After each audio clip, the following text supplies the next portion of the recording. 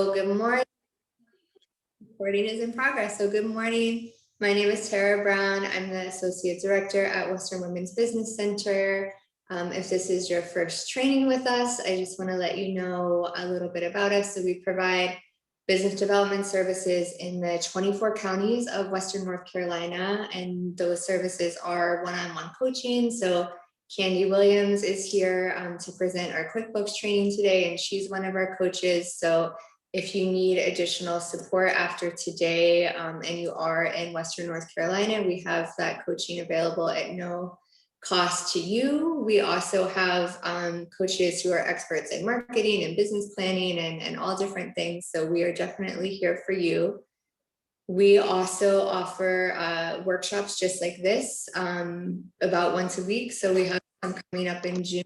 I'll post in the chat so you can see if there's anything else that might be useful for you or your business.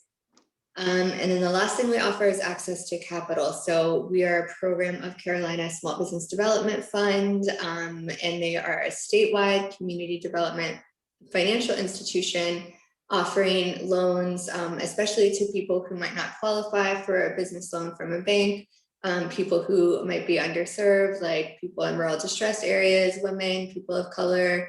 We are here to help you get funding for your business. So please reach out. I will put my contact information in the chat if you're interested in coaching or funding or future workshops. And we're very excited to have Candy Williams here today to present on vendor transactions for QuickBooks and QuickBooks vendor transactions. And Candy is a QuickBooks Pro advisor, and she's been working with Western Women's Business Center for many years. So we're very happy to have her here. And I will hand it over to Candy.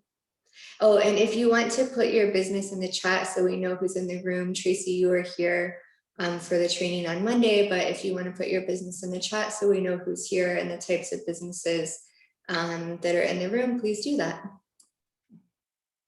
Okay, well, I want to welcome everyone, and I want you to, well, I told them on Monday, I said, breathe.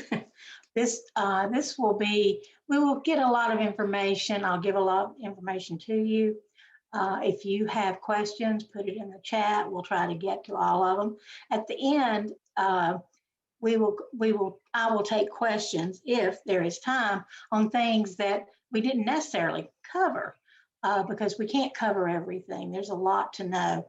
A lot of it, though, is by experience. And I was self-taught. You know, when I went into business 20 years ago, I decided to use QuickBooks for my business accounting software.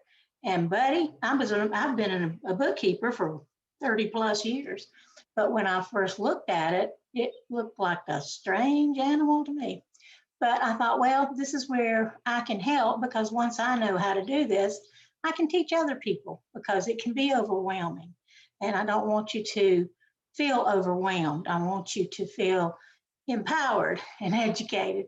So, you know, don't worry if you don't get everything today. They are going to record it so that if you have to refer back to it. And also, again, you can have one-on-one coaching on areas that are, you know, that you have trouble in. And then we can work one-on-one, and I can address your issues directly. Okay, I'm going to share my screen because let's see what we got here.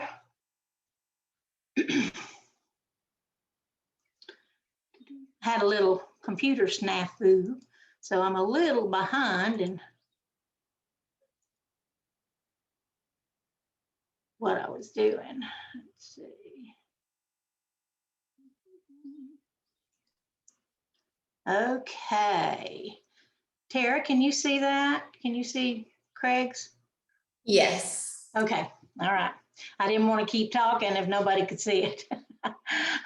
Okay. So if you were not with us on Monday, then if you would like to Google QBO test drive, then you will be able to go in and look at the same thing I'm looking at. You'll be able to interact. Now, you don't have to, because I'm going to be having it on the screen. So if you just want to see what I'm doing and maybe look at what, if you have QuickBooks Online on your computer, you can kind of go from there. I wouldn't enter any transactions that are not real in yours. That's why they have the test drive, because you can use this test drive and you can put anything in there you want. And the next time you open it, it's gone because it deletes it as you go out of it. So don't worry that you've put information in there that someone can get.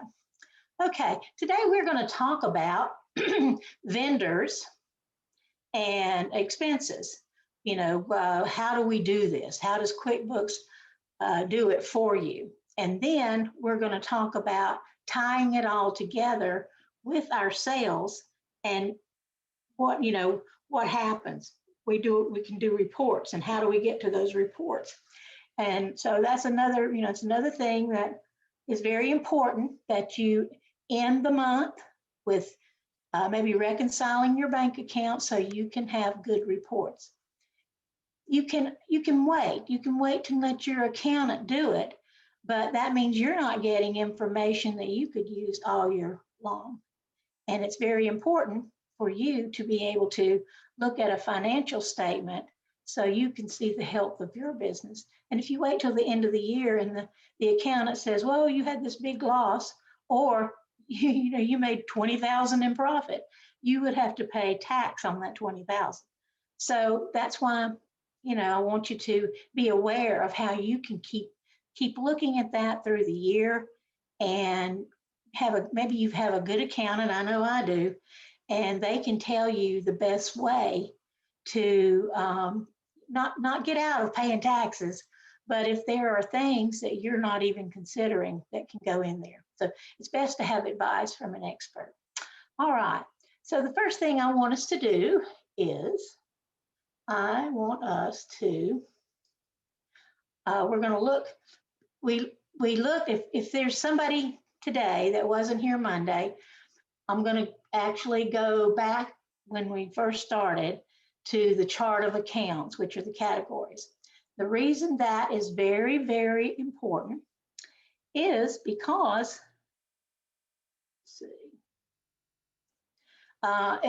your chart of accounts, this is the backbone of your business. Every transaction in QuickBooks is a monetary transaction. It involves money amounts. Doesn't always involve money coming in or going out. It could be an adjustment, but every transaction contains money value. So when that happens, you are going to be using at least 2 of these accounts, and maybe more, depending on what you bought and, you know, where we have to put it in the categories. So the chart of accounts are your categories, but they're also where your reports are going to be coming from. For instance, your balance sheet is your assets, you know, which is like bank and accounts receivable, that type of thing, minus liabilities, which are things the business owes. Then what's left over is your equity, and that is the book value or monetary value of your business. So if it's negative, that means that you have not made enough profit to have a positive equity. And that's where, if you are a sole proprietor, equity is where you pay yourself out of your profit. If you are an LLC, it might be the same thing, but if you're an S Corp, then you can set yourself up as an employee, and that is tax deductible. So there again, that's what you need, is to find a good accountant who can advise you on the best way for you to do it. Now, we also have another report, which is our profit and loss. And your profit and loss actually takes into account all of your income minus your expenses, and that will let you know whether or not you have a profit or a loss. And that is what sole proprietors and LLCs, that is what you pay your taxes on, is that balance. And so again, if you are looking at a lot of profit you may want to talk to your accountant to see if you need to do things differently in order to have more deductions or whatever, so that your tax burden won't be as much.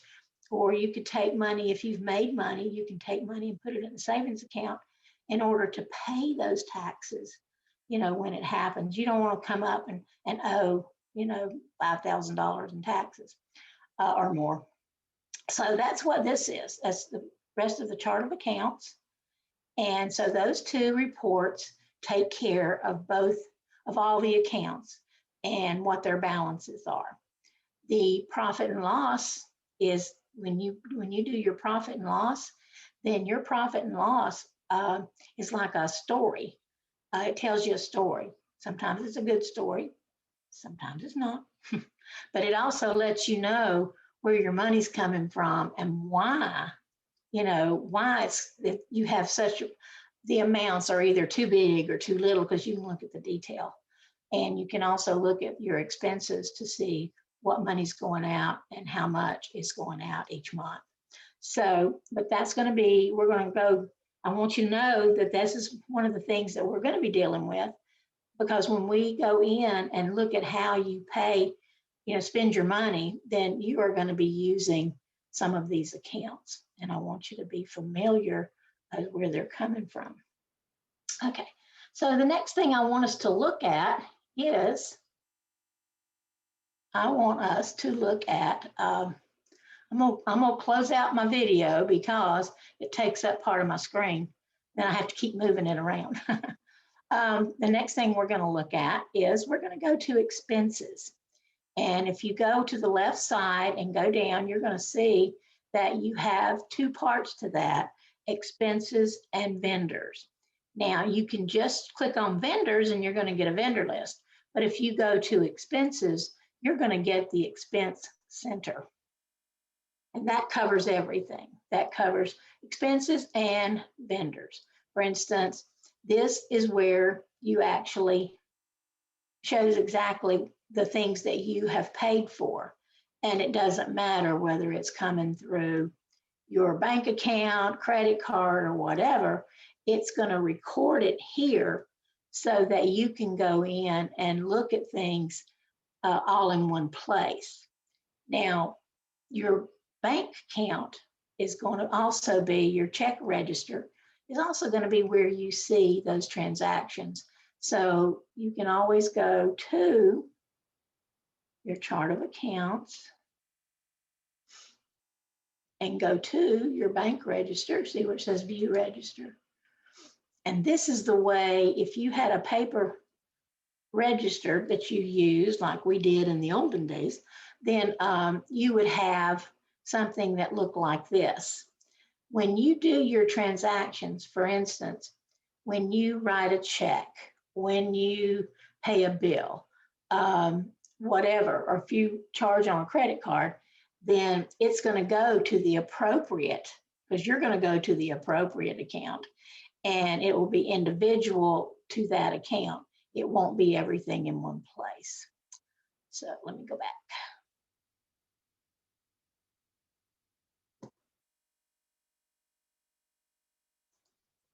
Here we go.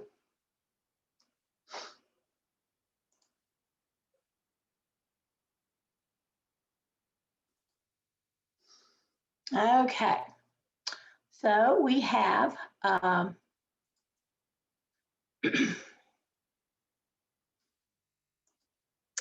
right, so here's our expenses, and this is where you can actually do a new transaction from here to actually write a check or whatever. So, all right, we'll go back here.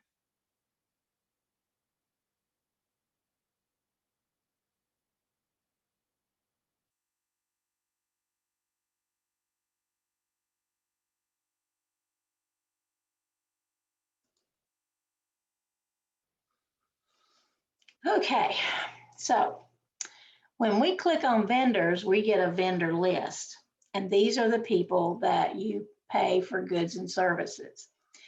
It can also be the people you pay your payroll tax to or your sales tax to. Anybody that you make a payment to is considered a vendor. It's not just the people that you buy your supplies from, which a lot of people, that's what they, until they have used QuickBooks, then to them, a vendor is somebody that comes and gives them some of their product or whatever. But a vendor is also anybody that you pay for goods and services. It could be if you have someone that you pay contract labor, that would be considered a vendor. If you want to pay your utility bills, and that's through the business, well, then they're a vendor. So you make sure, that you realize the difference between, of course, you realize the difference between a customer and a vendor. You cannot have the same name as a customer and a vendor.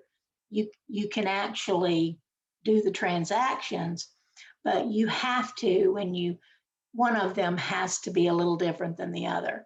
So if it's a customer, then you can actually put customer at the end or something when you put the name in so that they aren't the same. Like you could put a middle initial if you're putting the customer's name in there. Same thing with vendor.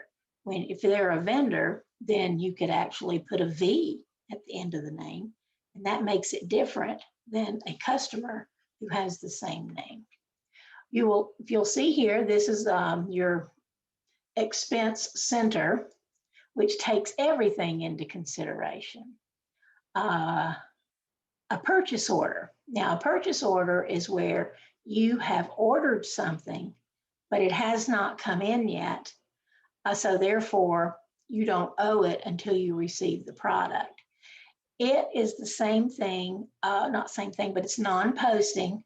Just like if you do an estimate for a customer, I call it a wish list. And with the customer, if you're doing an estimate, it's, I hope they buy. But until that happens, then this is considered as it's information, but it is not included in your books, your accounting. It's just it's information. Once it comes in, you can turn it into a bill that you owe, so that it will be on your books as an accounts payable. Right here, we have unpaid last 365 days. That means that $848 is overdue. So that means that you need to pay them. But it lets you, when you look at these little colors and they stand out, they're going to kind of jump out at you. So if something didn't get paid and it should have, then you're going to see that if you put a bill, which means you entered the bill information, and when you paid it, you have to inform QuickBooks that you paid it. So this is where a bill has been entered, and I'm going to click on that so you can see. A bill is different than writing a check. You do not have to create a bill for every check that you write. And that has been a problem for some before, because they didn't understand that if they use their debit card, that they didn't have to pay a bill, that they thought they had to go in and create a bill and then say they paid it with a credit card. And I hope I don't confuse you, because we're actually going to get into this, but just know that we're going to explain this, but that these are some of the options. These are the open bills. These are the bills that have been entered, but they have not been paid. So when you go in to pay a bill, you have your choice, and you can schedule a payment, or you can say that it's paid. You can say that you're writing a check or using a credit card, but that is kept in the open bills that are not overdue.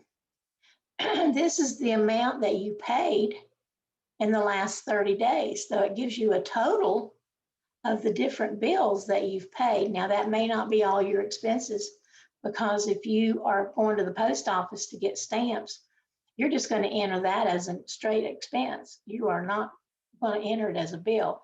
But these are things that are accounts payable here, which means that you have bought it, but you haven't paid for it. And so that's what it's kind of like an accounts receivable reversed. Your accounts receivable are things customers have bought, but they haven't paid you yet. This is things that you bought, but you haven't paid yet. So I hope that that's not too confusing. All right, so now we're going to go back over to expenses.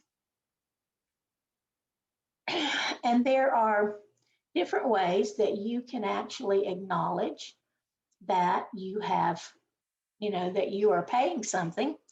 And so we're going to go to new transaction. And we're just going to go to an expense. Let's see. Chat. Okay, so this is just recording something maybe that's already been done.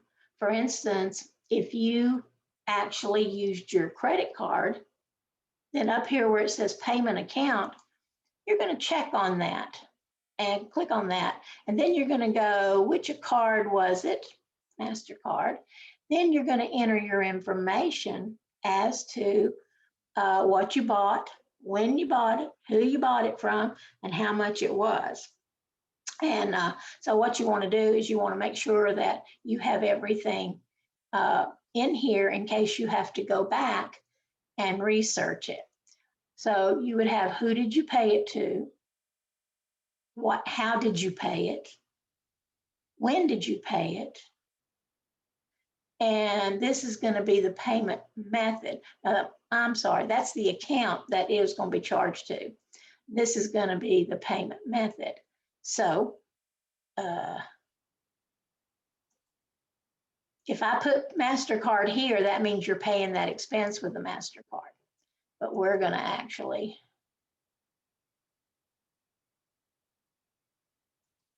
I'm going to get it right in a minute.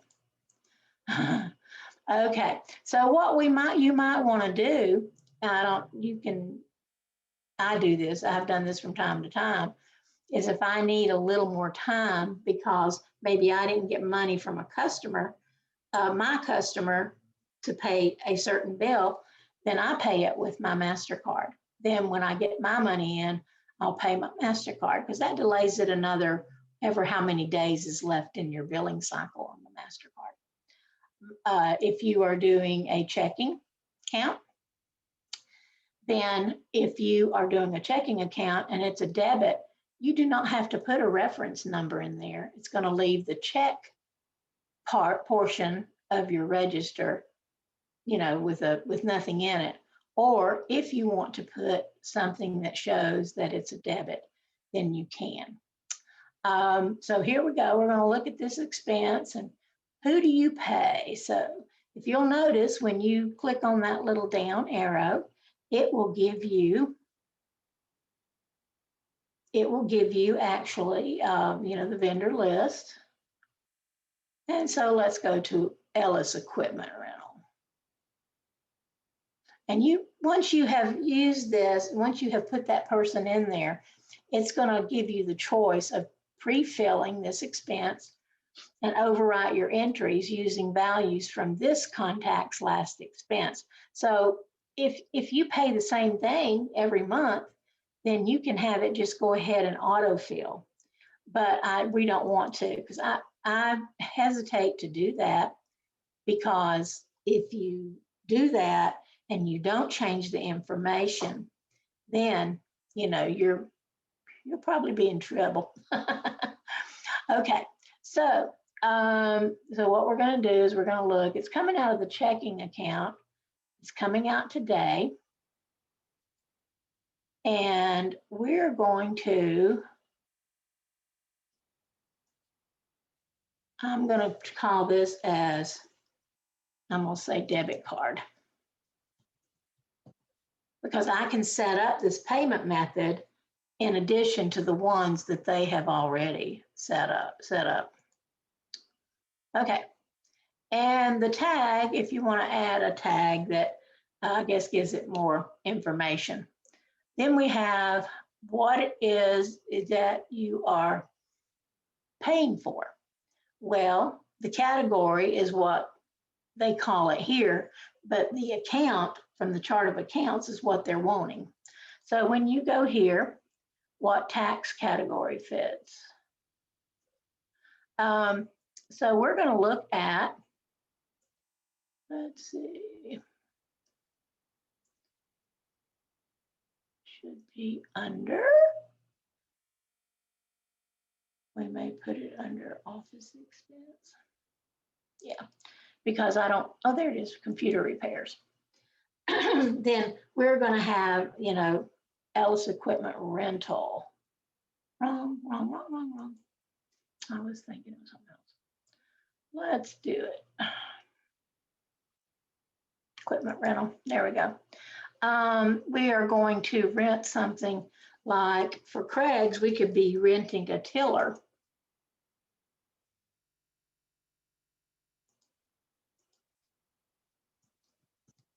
Because we're going to till somebody's garden. And I would imagine that they are expensive because if it's a big garden, then I'm going to say $500. And billable means, are you going to charge your customer for this? And that allows you to be able to, if you check this, then you can put that customer's name in here. And when you go to invoice the customer, then that is going to be something that you can choose, expenses that you have paid that are going to be billed to the customer. That's usually if you're just going to pay them, charge them the same amount that you did. A lot of contractors and landscapers, that what they do is they charge for their time and materials, which means that all the materials are going to be, it's a pass-through, they're going to buy it, and then the customer's going to pay for it. Is this taxable? If it was, then it will actually, it will add the tax. Yep, I guess it's not taxable. It must be something that's not taxable. But if it is, then it's going to automatically put in the tax that they're California here, so it's 8%, I do believe. So it'll automatically put it in there. So let's see what else we can, Ellis equipment rental. We are going to,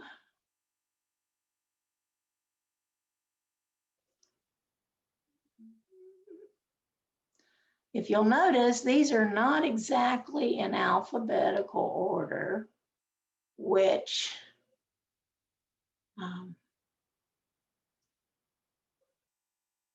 we're going to say job materials. And job materials would be if we are renting something else or buying something. You can buy things, you can buy boxes or anything from equipment rentals. And so this is going to be $250. And we're going to make that one, yes. Okay, so here we go. We've got that. So now they owe, or we're going to pay $750. And because it's a debit card, then we don't have to put a check number. And there is that expense that we paid for. And that means that I've already paid for it because it's coming out of the checking account. It's like going to the grocery store. They're not going to let you out of there unless you pay in some form. And usually, you know, it's either debit, credit, cash, or check. Some people won't even take a check anymore. So, so that's why that's the same thing as this, is that we are, you know, we're paying it as we actually do the transaction or get what we wanted for the transaction. Save and pause. Oh, I know why. Bill, we're gonna make it billable. There we go.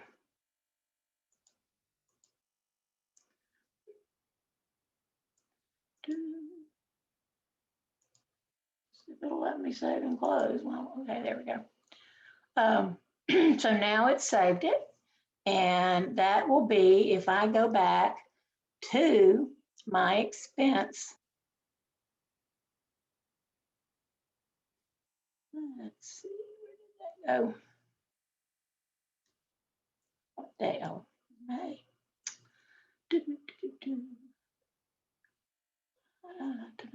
don't see it in here, do you? Okay. Oh, there it is.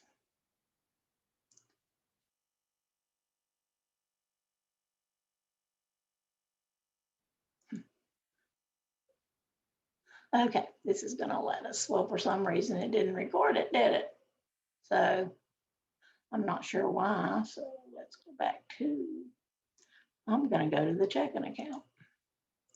If you'll notice what I'm doing, I am actually, now that I've done it and I can't find it, there it is. It did actually pay it. So for some reason, it wasn't listed on the expense category, but, and I'm not sure why. There's another way to find things if you do not, if you, for instance, let's say you do something and you can't remember the date that you were looking at. And that happens frequently for me when I'm doing research. I have to write everything down. So I went to the search, the magnifying glass, advanced search. I am going to put amount, and I'm going to put $750. You can also use this for, you can have a number, you can put the invoice number, the check number, or something that will, you know, that tells you what it is you're looking for. Here, you can always put that in there. And I'm going to set checks. And then I'm going to go back to amount. See if it brings it up. I hate it when I do something and it doesn't show. See, okay, for some reason it didn't like that. Maybe it's because I did a debit. All right, let's do amount and let's take check off. All transactions.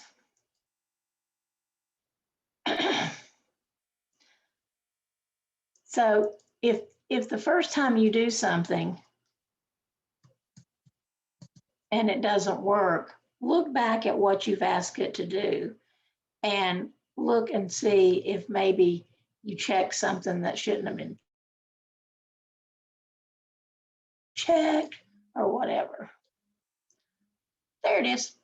So that shows us that we had an expense and we also had an invoice that the amount was, let's see, you can actually look at it.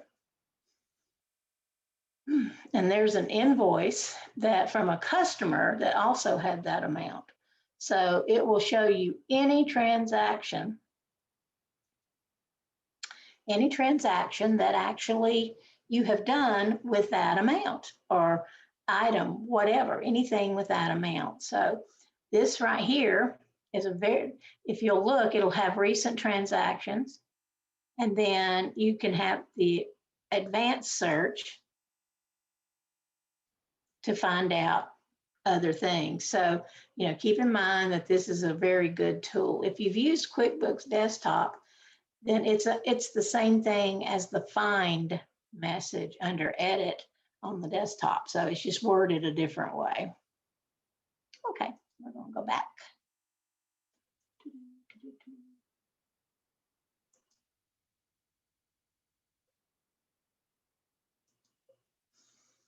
Okay, so this is the bank register. We're going to go back to the vendor center. And we're going to look at what else we can do. The next thing I want to look at is a new vendor. And before we do that, I want you to know that QuickBooks, as long as you have listed contractors or as vendors, and then you can put their numbers in there for their, not W-2s, 1099s. It will prepare your 1099s for you.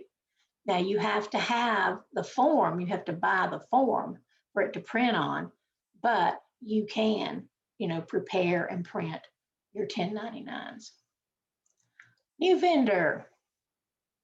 All right, this is kind of like a customer. If you were here on Monday, or if you've already been working with that, you can put all kinds of information in here. And you can actually, this information can be used for a lot on reports.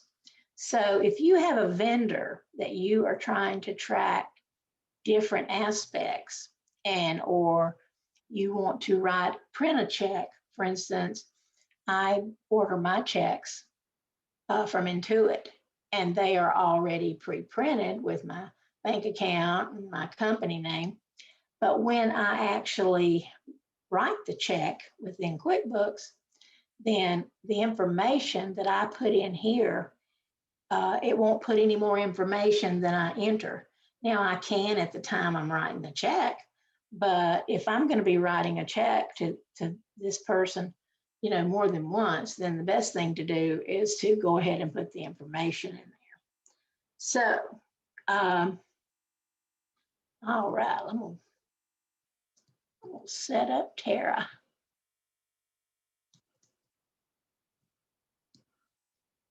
As Western Women's Business Center. And what this is they are a vendor for me. I'm going to be paying them. Normally they pay me, but I'm going to be paying them. And we'll just use my address. Let's see.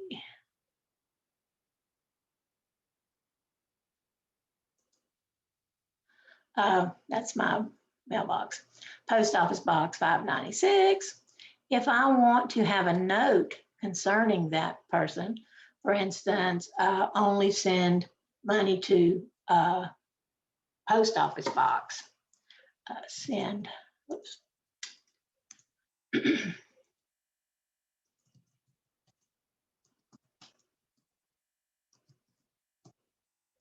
I hope I spelled that right. Oh, I did. Okay. What this does is this explains why I'm not sending it to their actual street address. They want everything to go to the Post Office Box. That's my email.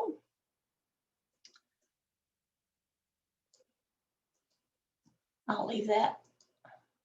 And then you can put telephone numbers. If they bill me at a certain rate, then,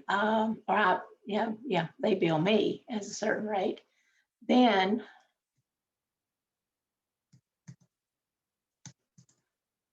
that's not what I make an hour. So it's the I wish. And their terms for me is net 10.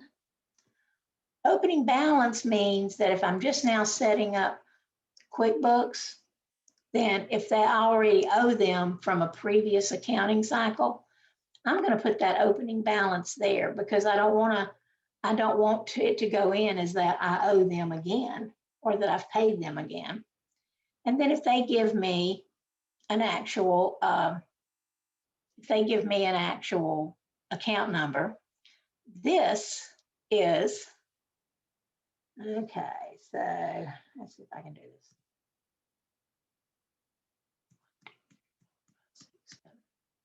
Okay, and I have to have a business ID, which could be your EIN, which would be this one, or if you use your Social Security, or they use their Social Security, I should say, then that's the number you put in there, and then you say track payment for 1099.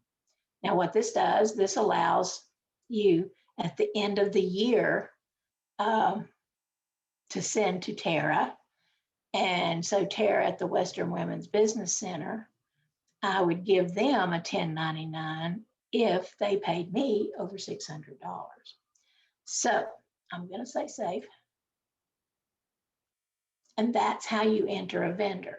Now, do you need to always enter the vendor that way? No.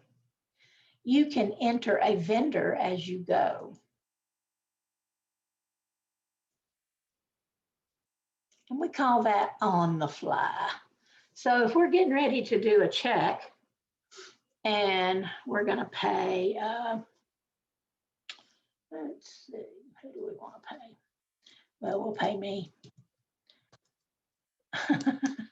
I'm going to be a vendor and I'm going to be, I'll be everything. And I'm going to build them stuff too. Okay, so it's going to come out of the checking account. Now, do you see where it says add Candy Williams? Well, that means that my name is not in that database. And if they are going to write a check to me as that name, then what's going to happen is that it's not in there, so I'm going to have to add it. So I can say add, and then vendor type. Now, if I want to, I can add details. See that? But if they're only going to,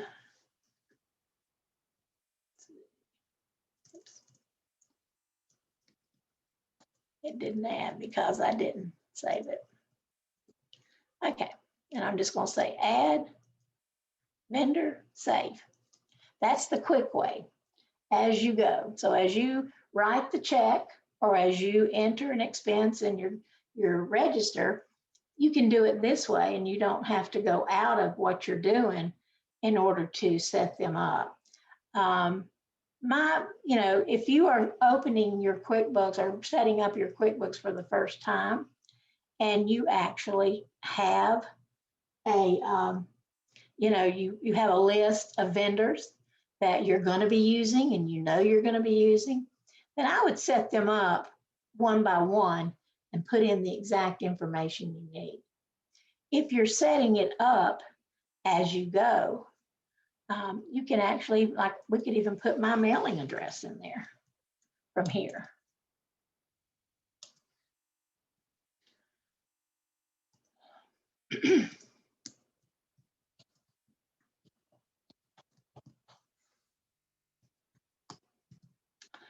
And that's a real address. Okay, so what are they going to write me a check for?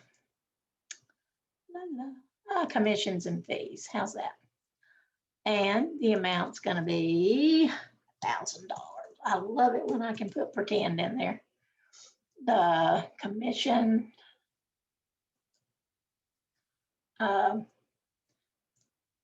creating workshop. Okay, material. Then that's going to be what they pay me. It's going to be the same thing that if it's for a certain customer, then I would put in there that it's billable and that it's taxable, but this is not a taxable item, so we won't be doing that. Now, if this number here, this check number is not correct, because it's going to try to, it will default to the next check number that you probably need to in order to print it.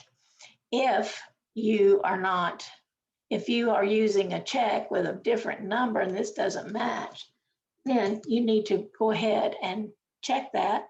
And if you're going to print it, you print it later. And that means that you can go ahead and save and close. And then once you get all your checks written, you can print them at one time. If you have a lot of vendors and you write a lot of checks, instead of maybe paying online or whatever, then what you want to do is you want to maybe go ahead and see what the price would be for the checks. The beauty of printing the checks that already have your information in there is that once you enter it into QuickBooks and you print it, it's in QuickBooks. If you write a check, a manual check, then once you do that, now you can, when it downloads into the bank center, you can put it in there. But if you write a check, the bank may not show who that vendor was. So you'll have to go back, look at your check register, and actually put it, put it in there. If this check right here, if it goes, if it is downloaded, what QuickBooks is going to be looking for to match it is that check number and amount. That will be, if those don't match, then it's just going to say add. So you just need to make sure that it's the right check number. If it has a check number, when they download it and it doesn't match your check number, you can go back to your register and see why not. If you print more than one check, this is just a little tidbit here. Make sure you know how your printer wants you to put the checks in. There's all different ways. There's face down, heads up, which means you're going to turn it over, but the top of the check is going to be heading out of your printer. There's some that will print where you put it in face up. Laser printers usually have you put it face up so that, it grabs it and pulls it around. But you'll get to know your printer versus your checks, and you can always test it by taking a plain piece of paper, putting an X on the paper where the actual check is, and then do that, because I have to do that because I use so many different printers from time to time working with other people. Okay, so what is it that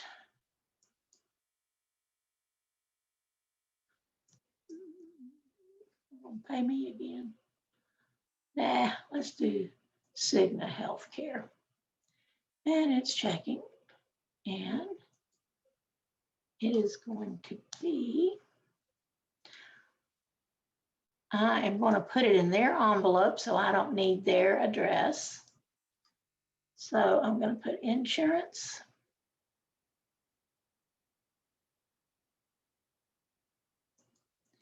And then description, health.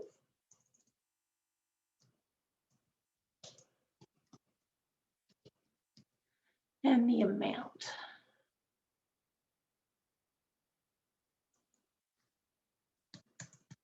And I'm just guessing at these, so, and then I'm going to tell it to print later. So save and close. All right, let me go up here to chat.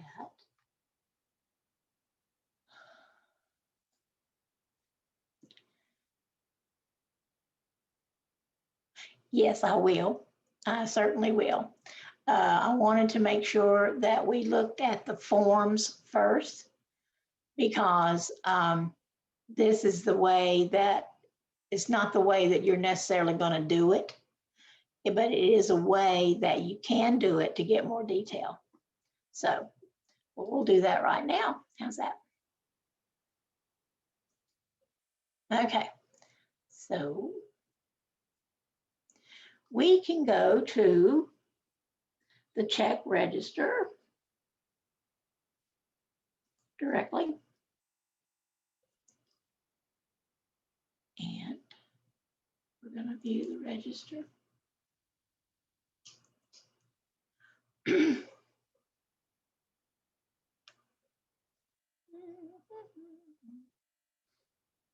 Well, wait a minute. Let me think about this. It's not letting me just go. Oh, there you go. See where it says add check? Then it's going to let you enter it right here. So if you're writing a manual check and you just want to put it in there, then let's say it's check number 105. See who our vendor could be.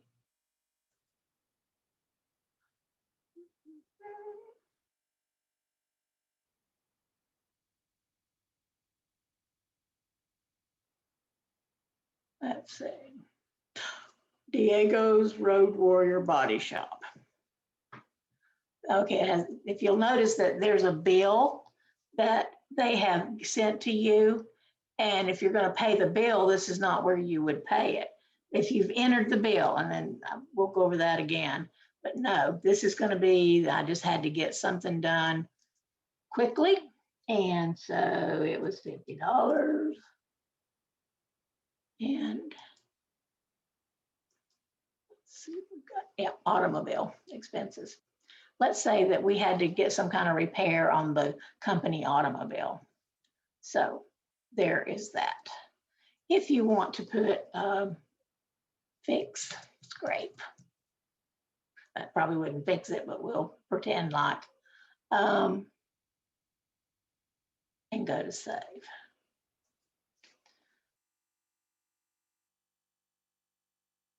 Does that answer your question? Was that clear enough for you?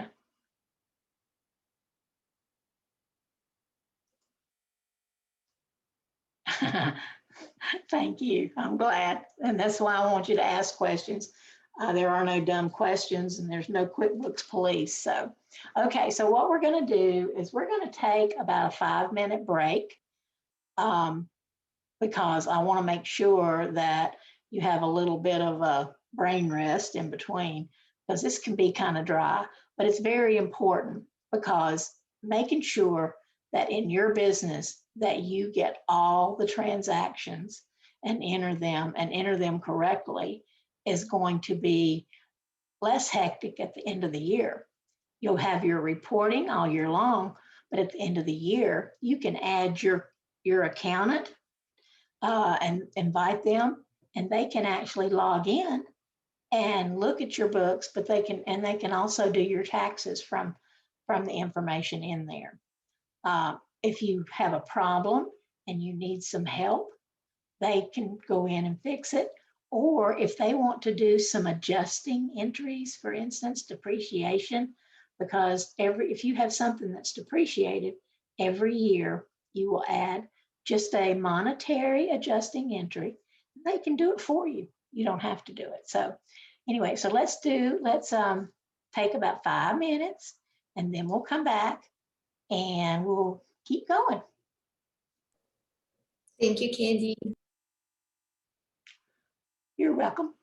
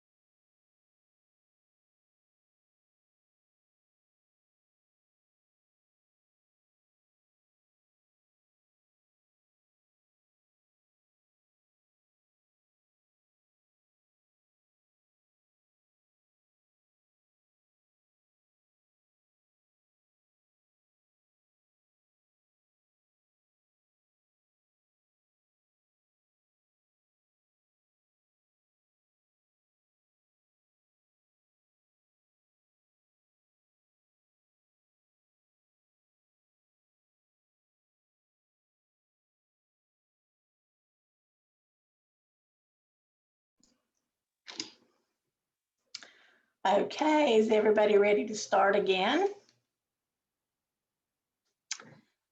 All right, so we're going to move from, where we were as far as writing checks or that type of thing. And I want to show you that if you are paying a bill, then this is where you would go. You would go to vendors, choose your vendor, schedule a payment. And this means if you're using the accounts payable because you have terms. A lot of vendors don't give you terms, but if they do, and as a matter of fact, if it's a inventory vendor or materials vendor, then you're going to want to, you may want to put it in there. And the reason that you would do this and take that extra step is so that you would know at any time that what you owed them and when you owed it.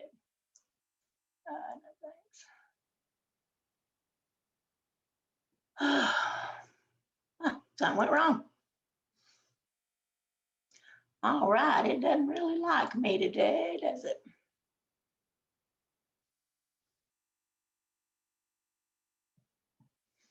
I did have a little computer trouble before I started, so bear with me.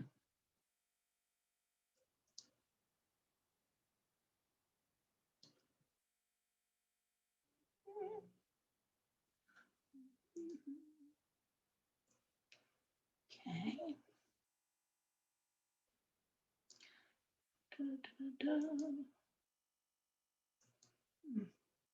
Well, it's wanting to pick up mine, but what would happen is that it would allow you to schedule the payment or say you're paying it. And I am so sorry, but it's just for some reason, it's not letting me go there. But that's where you would go in order. Oh, it doesn't like me. Here we go. Hopefully we're back.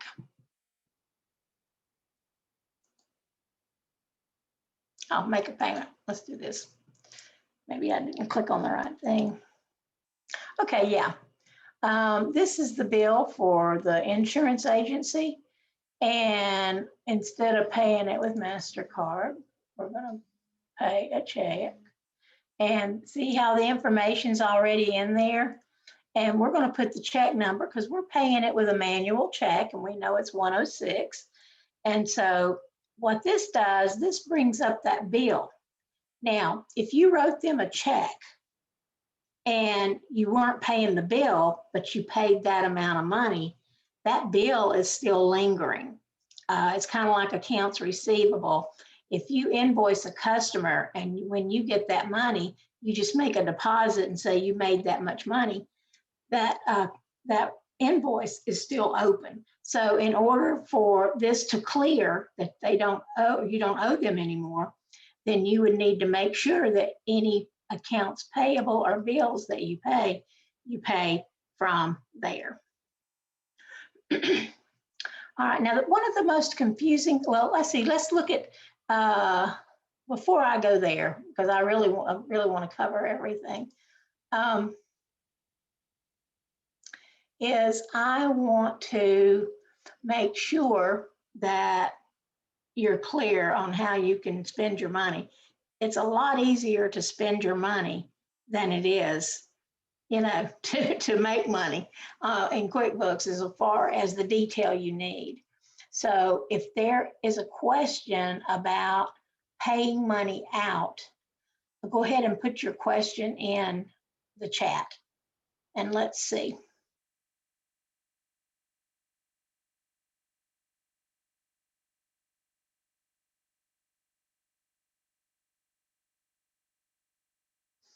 Okay, so I want to go on, and if you do have one, that's fine. We'll just come back to it.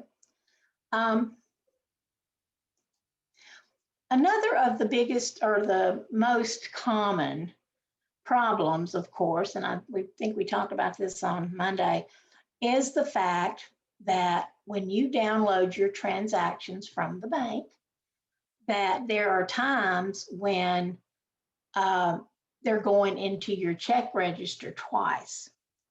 What usually happens there is, for instance, we'll use the bill pay. If you write a check to pay a bill, and when it's downloaded, and it, then it doesn't say that it doesn't match for whatever reason, and you click add, it's going in there again. So I'm going to show you.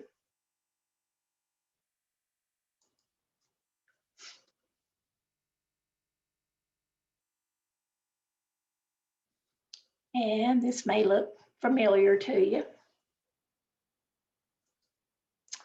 Okay, so we have set up our accounts. If you have a new account, you would go here and you would upload a file, which means you would go online and choose that account, just like you were going into your online bank account to view it or whatever. But you would go in order to link it to this, to your accounts here. So it would add another account.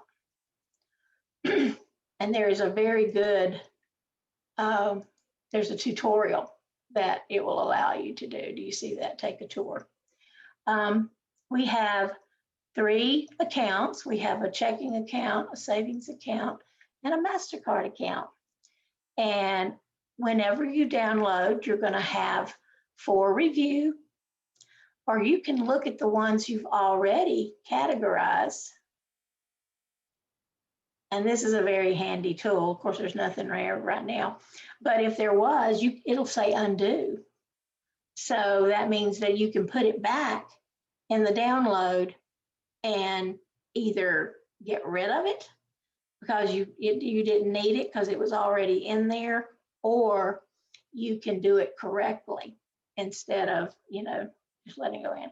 Excluded means that if you do not want to add it because for whatever reason it's already in there, or that it's been added twice or whatever, then you can actually do an exclusion.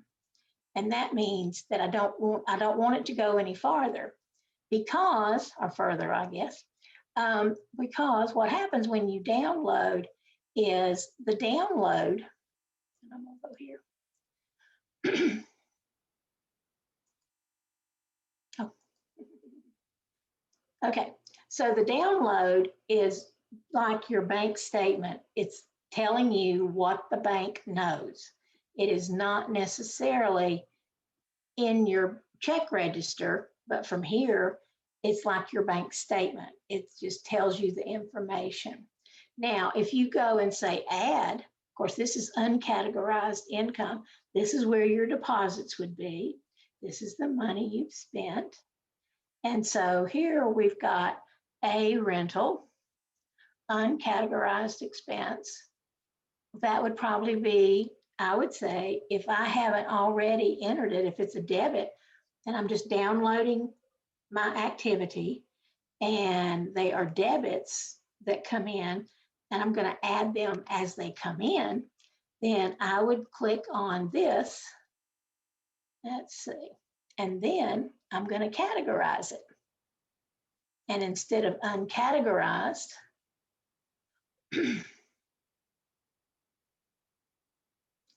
let's see if I can, and you can also start, see where it says equipment rental. And if I rented equipment for a customer, there again, you've got the place where you can put it. You've got a place for a memo. And now I can add it because I have actually given it a correct account or category. Once I do that, it's going to leave this list, and it's going to go into the check register. Okay, so now I'm going to go down here and we're going to look at that.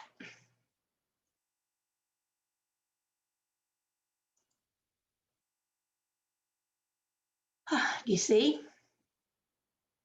And that C means something, but we'll go into that in just a few minutes. But it's here, it's in here. There's no check number, there's no nothing else that goes with it. So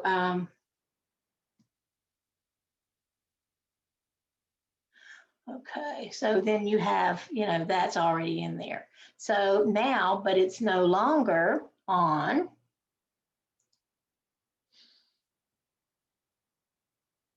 the banking, the banking list. And that is what you would do. Now, do you see where a rental, it actually changed these from uncategorized income, because the one we did was this, we used this account. And this may be, the $200 may have been a refund on the rental.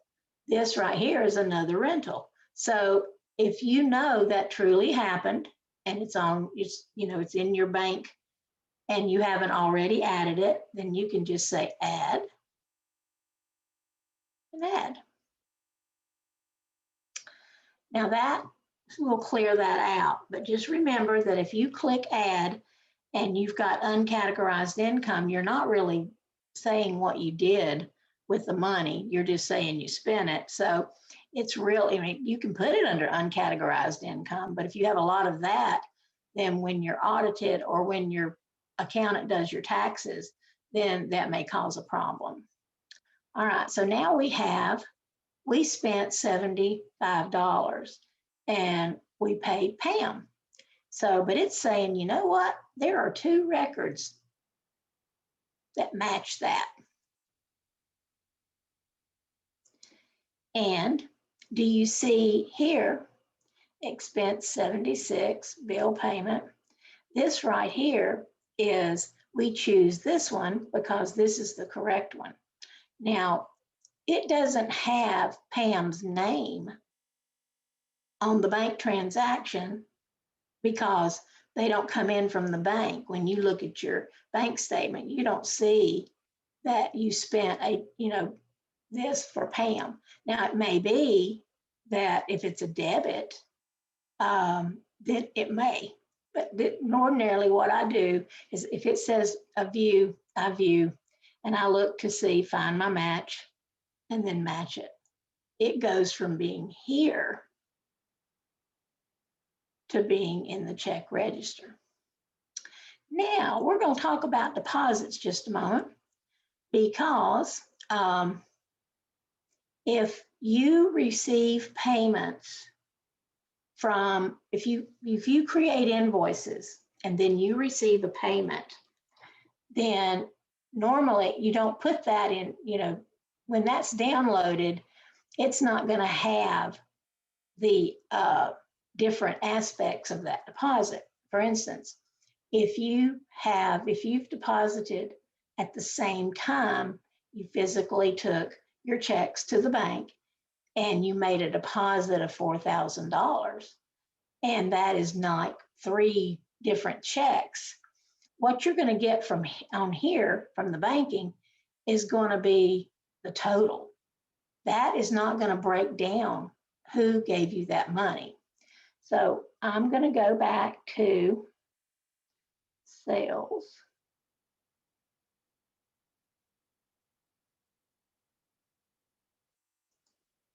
And we'll look at the customers. And do you see where that says receive payment? Well, I'm going to go into there and I'm going to say, oh, I've got a check from Amy.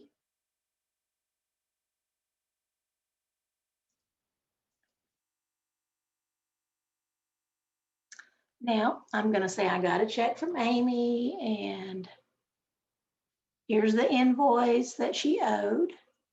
And she's paying me with MasterCard. There's not really a reference number, but because there's more than one check to be deposited, this needs to go to an account called undeposited funds. Because if I were to put this check indirectly into the bank, then my deposit's going to be the total of like 3 or 4 checks, and this check is not going to be listed separately. So it will not match. So I'm going to just say save and close. Come I'll show you. Oh, I know I had Amy here. Well, it did. Let's see, maybe it just did it. Okay, so when we decide that we're going to go in and we're going to tell QuickBooks what the total deposit was, then we're going to go to here to new. And we're going to say we want to make a bank deposit. And this would be the same as if you have checks and you write down who they're from in a list, and take that deposit slip to the bank. It's going to list everything. So if we got, let's say, well, we would have gone to the bank. Let's do these two. Cool Cars, Freeman Sporting Goods, and we do have Amy's, but the payment method was MasterCard, so that'll go in different than checks will. And we're going to assume these were checks. And so you see where it says save and new, but we want to make sure that this deposit was made, because you may make your deposit, you may receive your checks on Monday, but maybe you don't go to the bank until Friday. And that's when you take out all the checks to be deposited. And then you've already said they've paid me, which is where it went when you received the payment, and it's waiting for you in undeposited funds, which is the account. It's an asset account, but it just means you've got the money, you just haven't gone to the bank yet. So now we're going to say, oh, we're going to go to the bank. Well, we probably went to the bank on here. We'll say May 7th, even though these were received on 4/30, we had them in a drawer or something. So now we've got this amount. This is going to be the amount of our deposit.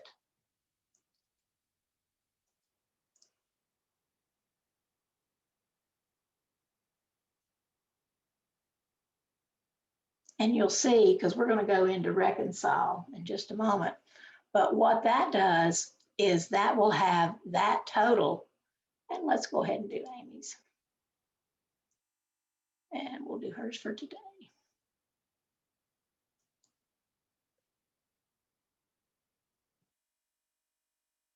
Okay, so we did two deposits, and the reason we did them separately is one was paid by MasterCard and the other two were paid by check.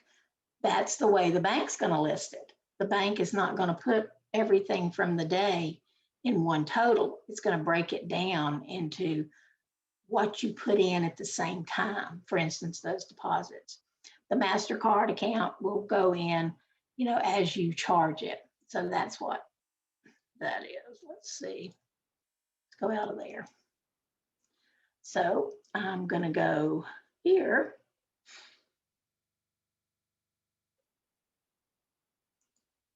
We're going to look at the register.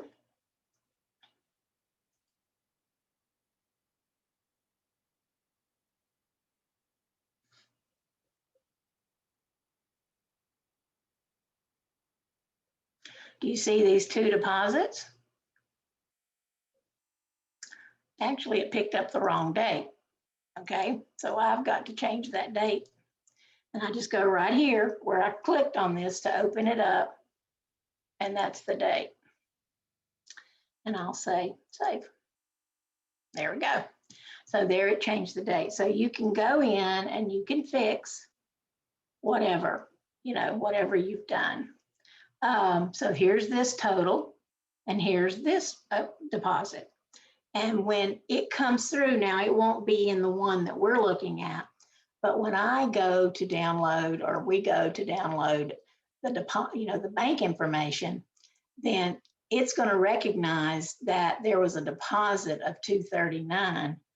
The bank will have that information. QuickBooks will have that information, and then it will ask you to match it. Okay, so let's go back.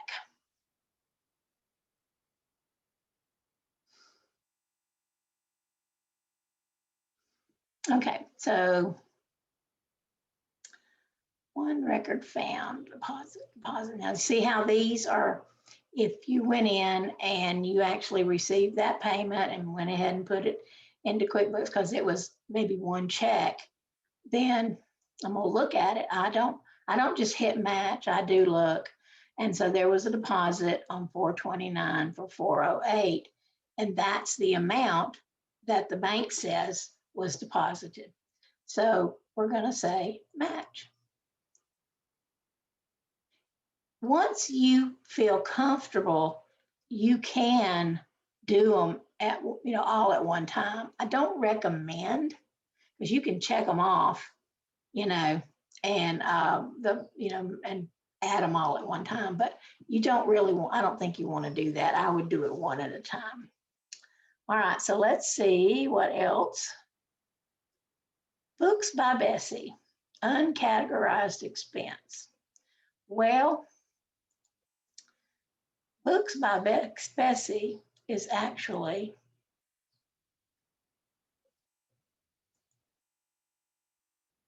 it's accounts payable, and it didn't pick it up because we had that Bessie owed that money.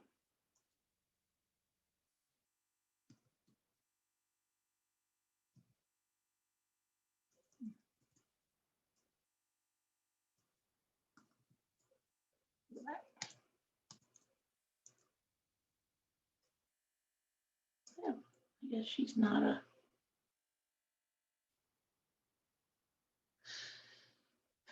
Okay, well, what we'll do is instead of putting it to, that would be complicated anyway.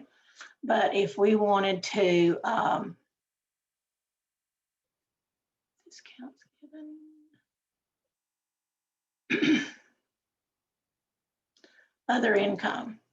Let's say that we bought some books from Bessie that we're going to sell, like instructions for gardening or whatever. And then when I say add, it's going to put it in there as other income, which means it's income that we don't get all the time. Let's try to see what else I can find. There's another one. And because the other one was categorized as other income, I can just add this because Books by Bessie, when we pay her money, that's what we put it to. And Books by Bessie is not always income. It could be that we charge her or that we pay her for something else. So we're going to go in here and I'm going to say, we don't want to auto add it. That means the next time it comes up, it'll ask us again. All righty, so now we've looked at all of them. Well, we haven't looked at all of them, but this is what you'll see. And what you want is to make sure that you've cleared it all out. There's another book. Okay, we received this from Bessie. And I don't know, that would be, and because this is so weird because Books by Bessie, normally we've been spending, here we're receiving money. Then what we want to do is I would want to check this out because, there's different reasons that we have different transactions for Bessie. Okay. And then we have, like I said, this is where we would go and we would match. So we're going to pretend like that we looked them all up.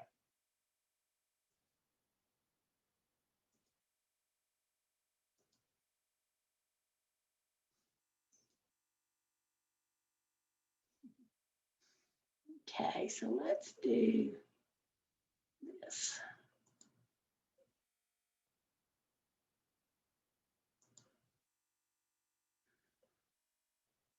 Oh, man.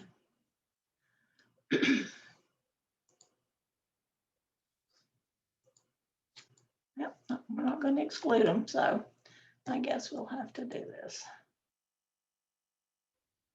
But anyway, we can go in and we can go ahead and put all those in because hopefully we know that they are correct.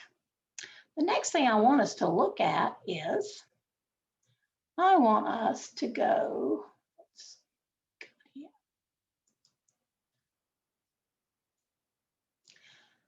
We want to go to the bank register, and then we want to reconcile.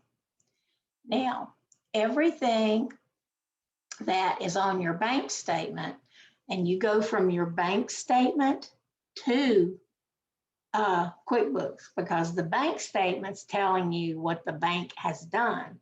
QuickBooks is telling you what you think the bank has done, or that you expect the bank to have done. And there's times when, you know, you've got something in there, maybe you've got it in twice, and you definitely don't want to add it, have it twice. You need to find out why it was in there twice. And that's one of the most common questions I get. My deposits are showing up twice. Okay, if your deposit, first thing you ask yourself, was that deposit more than one check? Or was it just one check? And there's different ways you can handle that. I'm not going to go into that, but there's things that you can do to where you can go ahead and check it off as being true, but you have to do a little more work. So we're going to say reconcile. And we're going to say get started. Let's do it. And if you'll notice these windows that come up, it's going to tell you how to do and give you instructions. And it may be a video tour. And yeah, see, where's Stuart's video? All right. So this is a checking account. The beginning balance was 5,000. The ending balance is, I'm going to say 100. Although I don't know what the bank statement, this is what the bank statement says. This should agree with your bank statement. We're going to say we're doing April. And April, the beginning balance from March, ending balance is $5,000. And then our ending balance at the end of April is $100. And then you put your date in.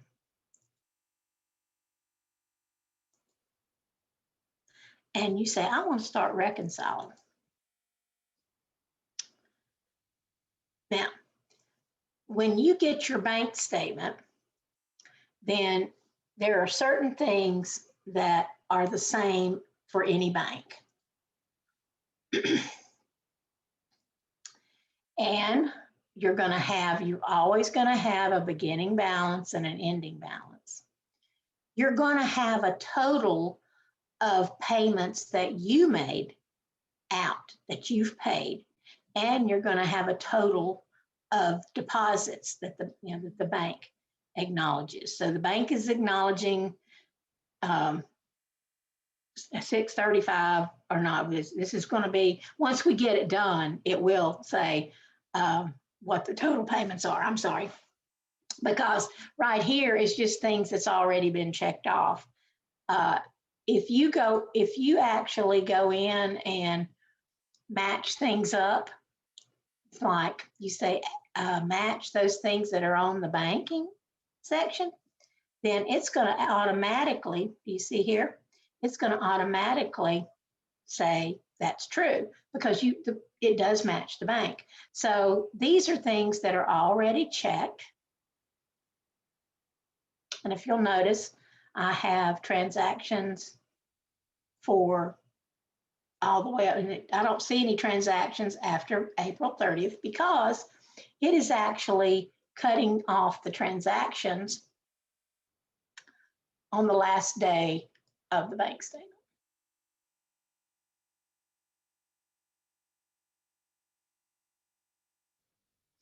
All right, so if you'll look, what we're going to do is you look at your bank statement and you check to see what is true. Now, these here,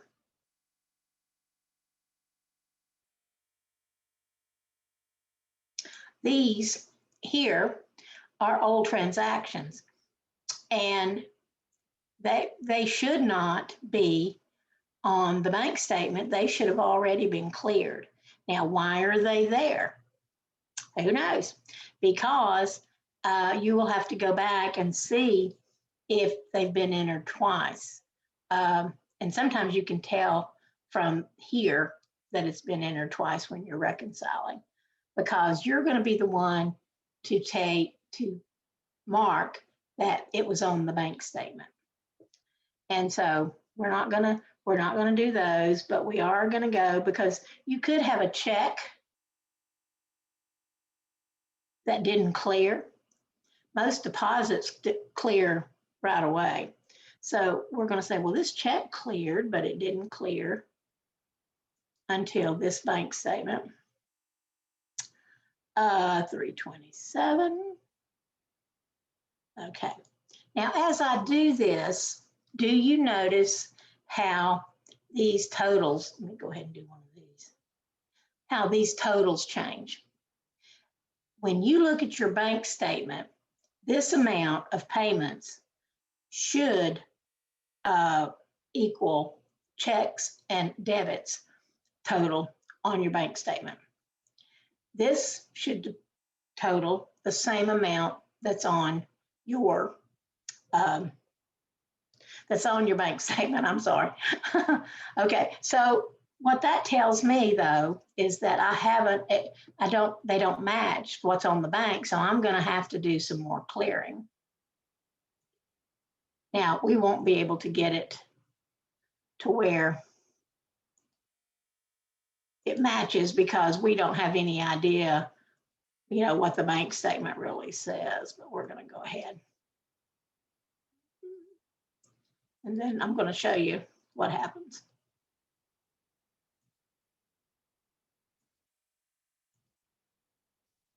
And let's say you get down to the end of the month.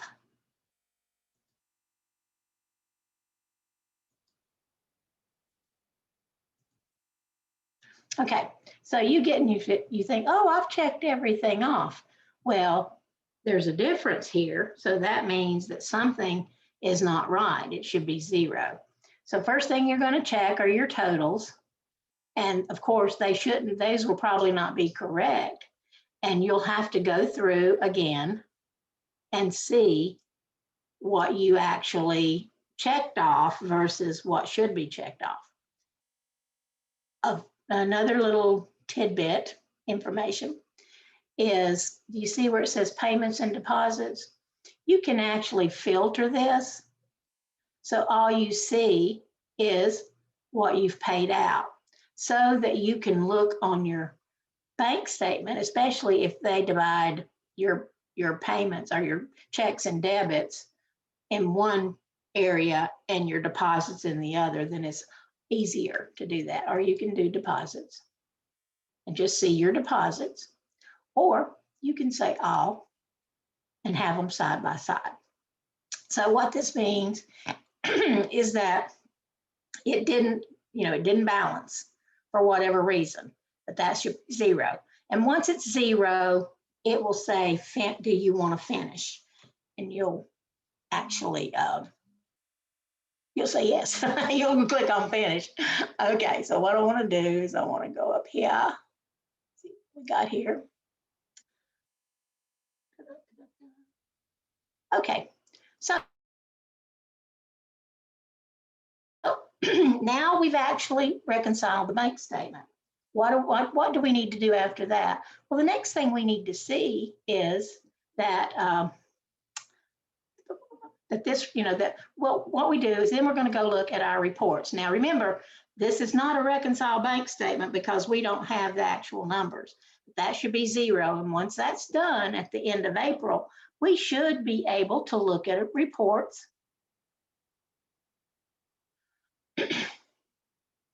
And this is where the reports are listed. And we should look at reports that reflect either the month of April or year to date to April 30th.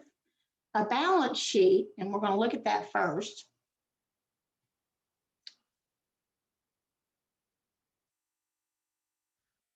Okay, balance sheet. Do you see it says as of May 26th? Well, we don't have all the information for May. So we want to change the date on that.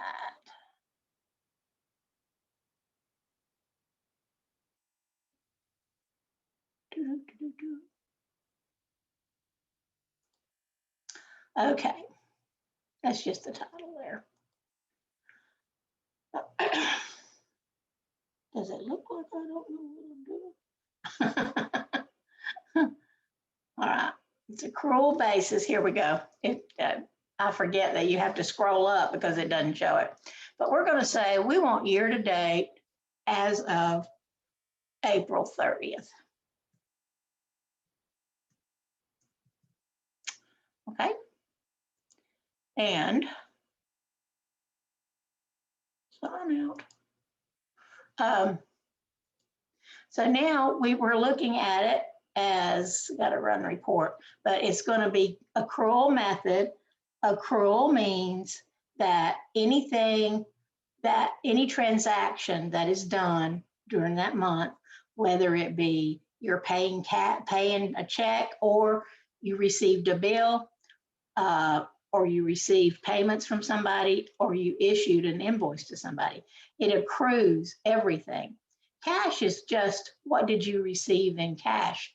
So if your business is on a cash basis, and your accountant can explain that better, then what you're going to do is you're going to change it to cash, and then you're going to say run the report.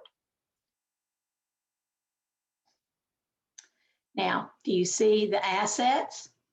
And remember, we said assets and liability minus liabilities equals equity.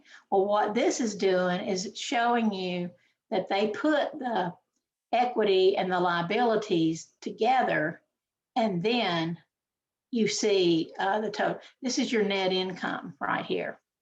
That means a year to date, this is what your profit or loss is, which is a loss.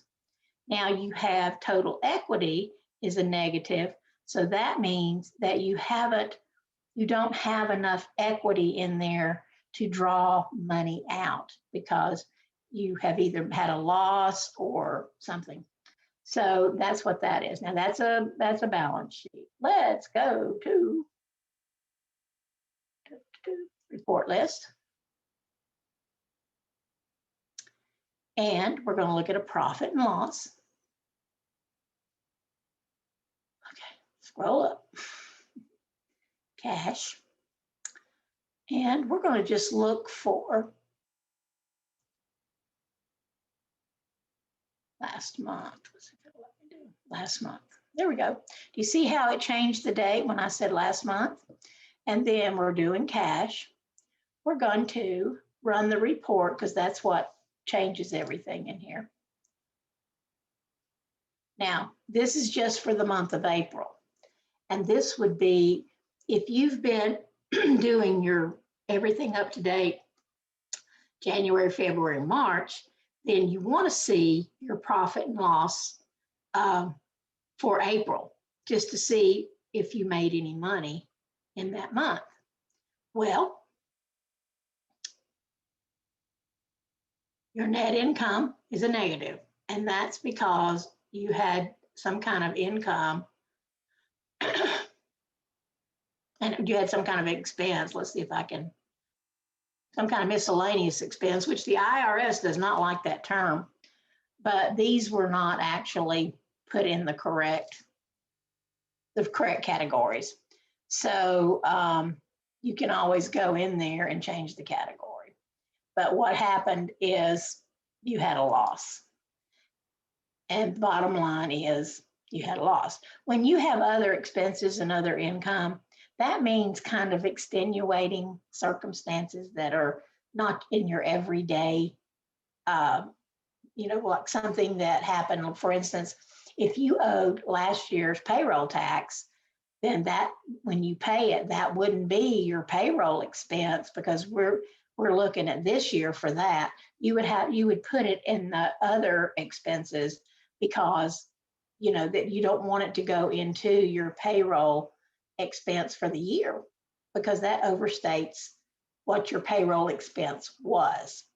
And that can cause your workers' comp to be off. So you want to make sure that if it's something that is not what you do every day for business, if it's something unusual, that it goes here. All right, so we're going to do another one. Let's see where we are. Boy, our time goes by fast. Or it does for me. I don't know about you. Okay. Another thing that is a very important report is accounts receivable. If you do invoices, then you want to know who's up to date and who owes you and how long they've owed you. So we have an accounts receivable. And if you'll look here, I don't think we got any 90 days. No. Okay, so what we have is these are the ones that are current, which means they're not due yet. These are 1 to 30 days overdue. And these are 31 to 60 days overdue. And this one is 61 to 90. And this is called an aging report. And this, if you get a statement from someone, and it will have at the bottom, it will say, it will have these things here, these headers, and it'll have the different amounts if you are not up to date. So you can probably, if you get a statement from anybody, a statement is all invoices that have been issued that haven't been paid. So it's not something that goes directly into, this does not have a direct link to your checking account or anything like that. What it is just a report that breaks this down and lets you know what's happening. So if you get a statement from anybody, I know I worked for a lawyer, and we would do billing every month.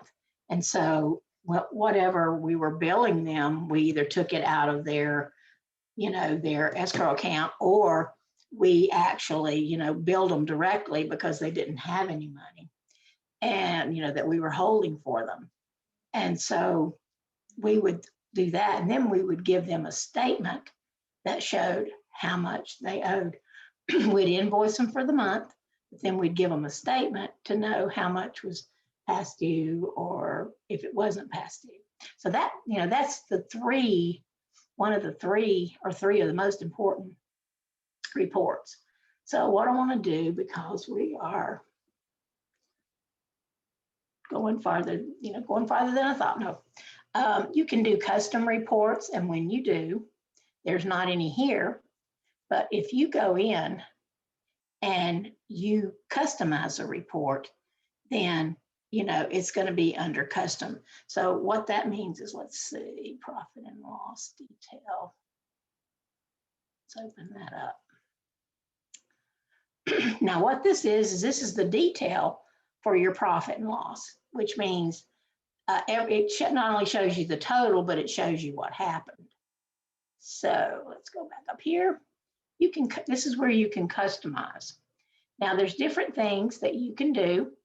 You want it to be cash, put it in cash. Once you customize it, it's going to put it in that tab. If you want it to round things off, do that. If you want to filter it by name, whatever, then you can do that. Now, once you do that, we're gonna run it. Let's see what happens. Okay, so now we have it, and I didn't put the right date on there. Let's see what we got.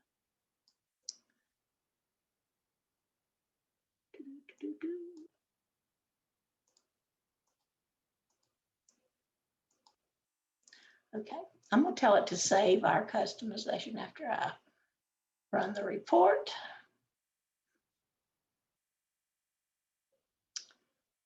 And if you'll notice, when I change it, it cuts off the top part, and I have to kind of scroll up. Okay, so I'm gonna say save customization. And we're gonna add report name. And I'm gonna put on here that we did this 0526, and that'll change the name. And you can also share it with people.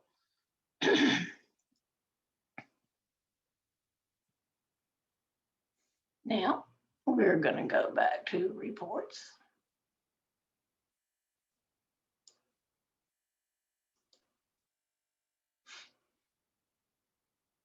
and here's custom. And there it is. So then you do not have to go in and change. If this is what you do, if this is what you want every month, then you can go in and you can go in and actually, customize it. Let's see, I got one more thing I want to show you.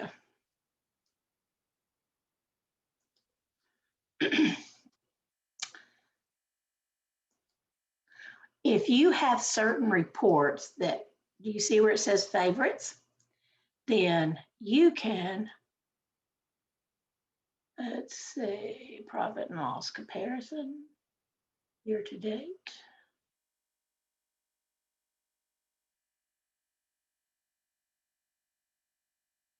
It will, okay, here's a good one. This is profit and loss.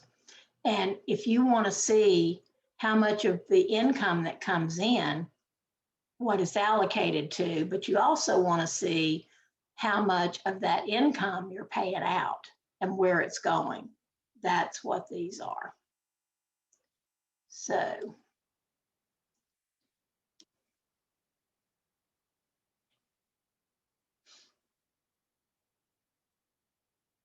let's see, where's that percentage?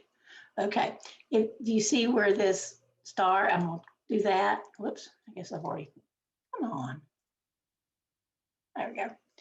And so now that report should be, yeah, there it is. It's in the favorites, so you don't have to list it. Okay, so we've come to the end of all the time we have. You all have been a great audience. Hope you're not asleep. But yeah, so what I want you to do now is we have about 12 minutes. And even if I need to be on here just a little bit longer, if it's okay with Tara, I will try to answer all the questions. So if you have any questions, I want you to give them to me now.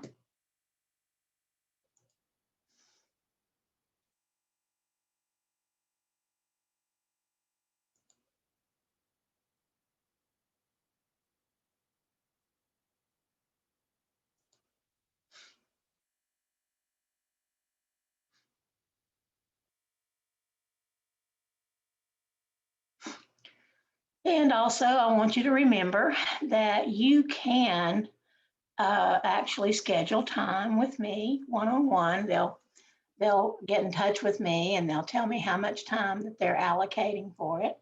And you and I will do a Zoom. Great, Yvonne, I appreciate that.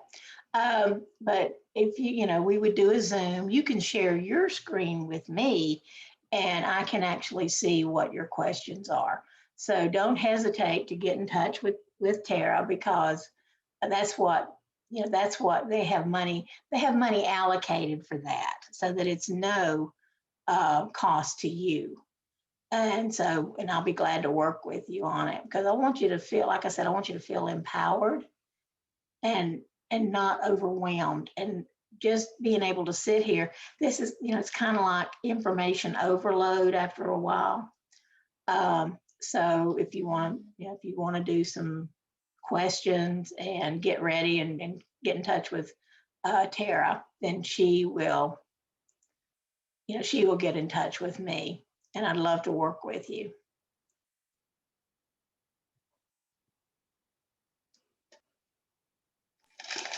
Thank you so much, Candy. We really appreciate you being here and sharing your expertise with us.